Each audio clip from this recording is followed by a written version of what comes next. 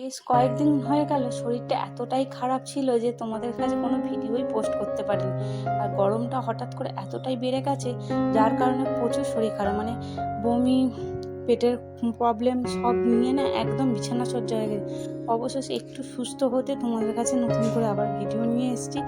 আর বলো না, মেয়েরা শরীর খারাপ যতই থাকুক শুয়ে থাকলে হবে না। এদিকে বাড়িতেও প্রচুর কাজ। আজকে মানে বাড়িতে হচ্ছে চেম্বার খোলা হচ্ছে, সোপ চেম্বার এবং বাথরুমের চেম্বার খোলা হচ্ছে। তো প্রায় 8-10 জন লেবার লেগেছে।